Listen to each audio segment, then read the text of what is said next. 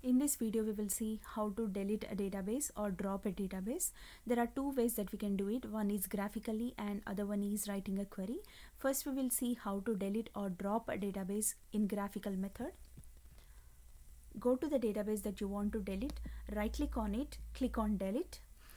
Once you click on delete, the two files which are associated with test1 database, which are MDF and LDF files, will also get deleted. So first we will see those two files, test1 underscore log files. Go to SQL Server, right click on it, click on delete. It will open up a dialog box. Click on OK, and test1 database has been deleted. And we go here and we will see the test1 and test1 underscore log file both are deleted.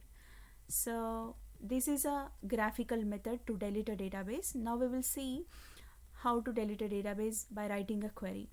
Any database object, if you're trying to delete, you need to provide drop statement.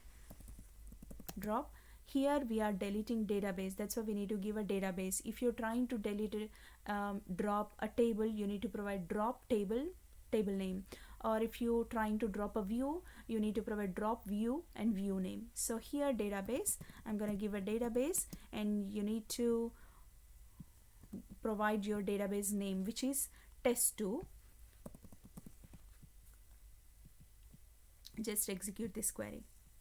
So commands completed successfully. You can go to the database, right click on it, refresh. There are no databases here, and we will see whether those two files are deleted or not.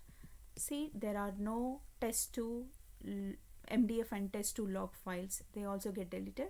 So this is the way that we can delete or drop a database in two ways. One is a graphical method and another one is writing a query. Thank you.